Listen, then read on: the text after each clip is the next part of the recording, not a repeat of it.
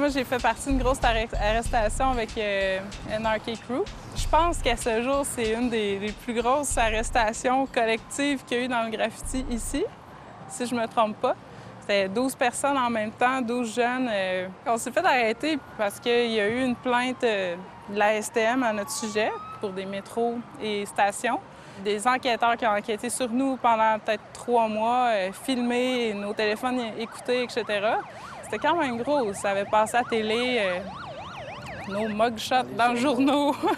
J'ai quand même été chanceuse. J'avais pas tant que ça de grabuge à mon actif, mais j'ai des amis de ce temps-là qui sont ressortis de là avec des dettes de 20 000 à un jeune âge de 19-20 ans. Là. Je sais pas ce que tu fais après dans la vie avec une dette de 20 000, là, mais ça part mal. Il y a un plaisir à agir sans demander la permission. Et il est prêt à certaines conséquences pour pouvoir le faire. Je pense pas, par contre, que ces artistes-là demandent à ce que tout soit permis. Ils sont bien conscients que c'est pas possible, mais ils décident de prendre le risque parce que ça leur permet de créer sans contrainte. Et ça, c'est un idéal pour un artiste. Il y a plein de gens qui font du graffiti, là je parle du graffiti illégal, qui voient par exemple la police, puisque c'est la police qui te court après, hein, comme un ennemi. Moi je ne vois pas comme ça, je vois comme une partie importante du graffiti. Parce que qu'est-ce qui fait qu'aujourd'hui quelqu'un peut se prétendre, quelqu'un peut être considéré comme le king de la ville, c'est parce que justement, il va braver l'interdit. Et s'il n'y avait pas cet interdit-là, s'il n'y avait pas de risque pénal, ça serait à la portée de tout le monde. Et à partir du moment où c'est à la portée de tout le monde, il n'y a plus de challenge. Donc le chat et la souris, oui, je veux dire, si tu enlèves le chat, dans le chat et la souris, le jeu, tu vas le trouver plate. Parce qu'il n'y a personne qui va te courir après. Donc il faut accepter aussi cette règle-là. Que c'est un élément important, même plus qu'important, je dirais que c'est un élément primordial dans le graffiti illégal. Si tu l'enlèves, ça perd toute son essence, quoi. Toute l'aura du graffiti disparaît. La réaction d'un graffiteur qui se fait arrêter est aussi multiple que de graffiteurs, évidemment. Pour certains taggers, peut-être les plus jeunes, les moins téméraires, le fait de se faire arrêter, c'est peut-être un choc de dire « Oups, je vais arrêter ». Donc là, c'est comme ça les refroidit beaucoup dans le chemin qu'ils étaient en train de prendre. Pour d'autres, ça va être une occasion de dire « Bon, ben c'est vrai, j'ai fait différentes folies, puis là, ben, je paye le prix pour, puis je l'assume, puis je vais aller en cours, puis je vais me défendre. » J'en ai vu qui se sont défendus seuls, puis qu'ils ont monté un dossier, puis que c'était beau à voir. Finalement, il y avait une qualité d'avocat là-dedans intéressante. Donc, toutes les réactions sont possibles, mais les gens ne sont pas nécessairement frustrés contre la société. C'est que ça fait partie de la possibilité, de l'éventualité qu'ils doivent assumer dès le départ. Ils sont conscients de ça.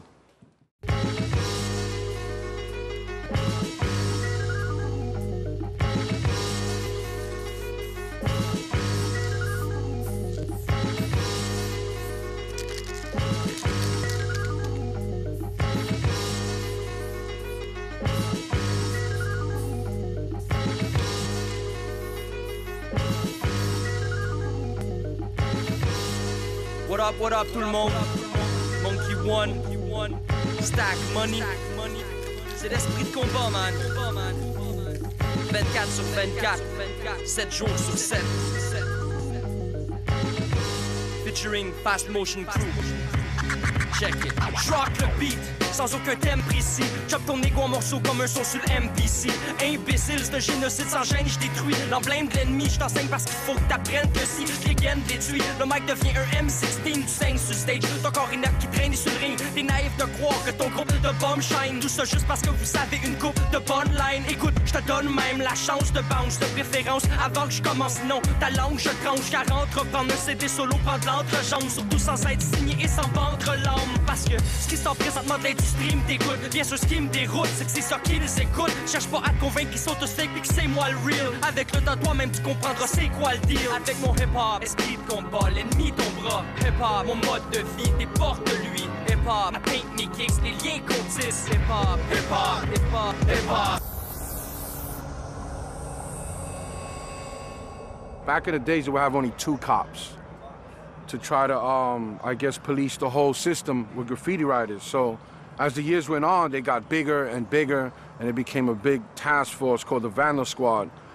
And, you know, now it's a different story. Now they get you through emails, internet. They go to your house, they take your computer system, they take everything now. It's a whole different ball game now. You know, it's not even worth doing anything illegal in New York if you live there. You know, a lot of the Europeans come in, they do trains and they get out.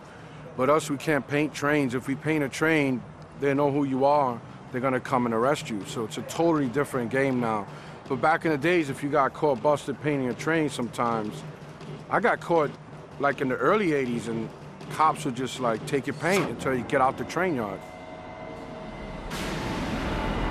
Paris a joué un rôle très important puisqu'il a accueilli très souvent les plus grands artistes américains lorsque cet art a été trop fortement combattu à la fin des années 80.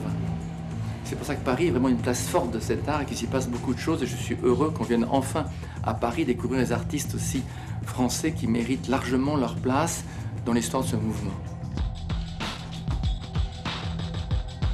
Technically, when you're with a bunch of people and you're basically committing a crime, I guess the cops would label it as a gang. But especially like down south in the United States, there's a lot of gang graffiti, and like it's more or less like you know, homeboy, like hit up, like whatever. And then you got guys like us who do it as like pretty much a hobby and do it for fun, as rather opposed to just going out. Marking territory. Yeah, exactly, and marking territory. Yeah. We mark territory, but in a different way.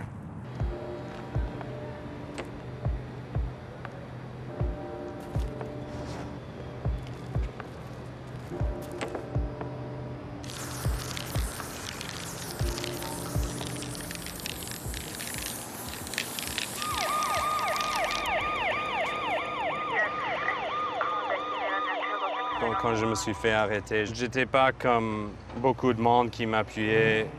Je me suis pas dit que it's an outrage that I'm being arrested. How could they do this to me? No, I knew what I was getting myself into, and I completely understand the position of the city and the difficulty of that. You know, but that doesn't stop me from. I mean, I guess that's what civil disobedience is. I understand the political problem that it poses, but you know, in a world where there's so much other crap going on, there's so much other, you know, human activities that are dangerous, are damaging, compromise, you know, are compromising to our health, to the environment, to our future. You know, wars, you know, all kinds of stuff that my taxpayers' money pays for.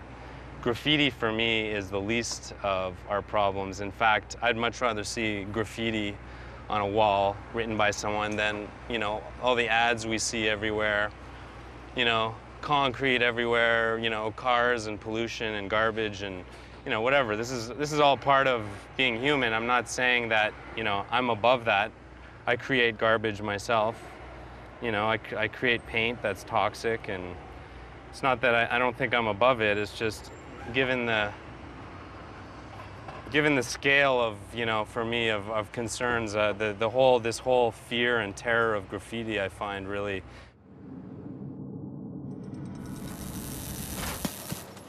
Peter Gibson will be shutting down this street next Monday and drawing his own bicycle path. That same city has given him a permit to shut down the street and draw all night. Moi, je peux vous dire que personnellement, dans ma pratique, c'est souvent des jeunes hommes, premièrement, qui viennent me rencontrer. C'est souvent des jeunes hommes prometteurs aussi, des jeunes gens qui vont à l'école, ou qui, c'est pas des criminels, si vous voulez, comme on se les imagine. C'est des jeunes gens qui n'ont souvent pas d'antécédents judiciaires, et puis que c'est un passe-temps pour eux. Ils sont souvent en groupe, ils vont faire un graffiti en groupe, disons par exemple dans le métro. Et puis comme moi je vous dirais que dans ma pratique, j'ai pas vu de sentence d'emprisonnement imposée. C'est sûr que quand je vérifie la jurisprudence, je sais que ça a déjà été fait. Moi, dans ma pratique, ça va de l'absolution jusqu'aux travaux communautaires. Qui fait des graffitis? Bon, c'est des jeunes, c'est de 14 à 18 ans. Bon, ça peut continuer un peu plus tard maintenant parce que ça devient une forme d'art, justement. Il y a des gens qui développent une pratique professionnelle, pratiquement. Mais disons que le noyau dur des taggeurs qui posait le plus de problèmes, si vous voulez, en termes de salubrité, c'est le groupe des 14-18 ans. Le profil type du graffiteur, je pense même pas qu'on peut en faire un. C'est sûr que c'est un art qui est jeune, c'est un art qui est défiant, mais écoutez, c'est comme toute forme artistique, là. Je pense que c'est la beauté de l'art aussi, qu'on peut justement pas faire un profil type du graffiteur, là. Il y en a que c'est des jeunes professionnels, il y en a que c'est des jeunes qui sont à l'école, il y en a qui travaillent. Effectivement, c'est sûr qu'il y en a qui font rien d'autre que du graffiti, mais c'est comme dans tout, hein. Le profil est plus 10 à 15 ans, le début du moins, et recherche la valorisation, recherche d'être reconnu. Comme l'ensemble des êtres humains recherchent une certaine forme de valorisation, que ce soit au niveau du travail, que ce soit au niveau d'une performance quelconque, eux en ont trouvé une et c'est à ce niveau-là. Alors le profil, pour moi, est à ce niveau-là. Il n'y a pas vraiment de classe sociale. Je pense que les graffiteurs viennent de toutes les classes sociales.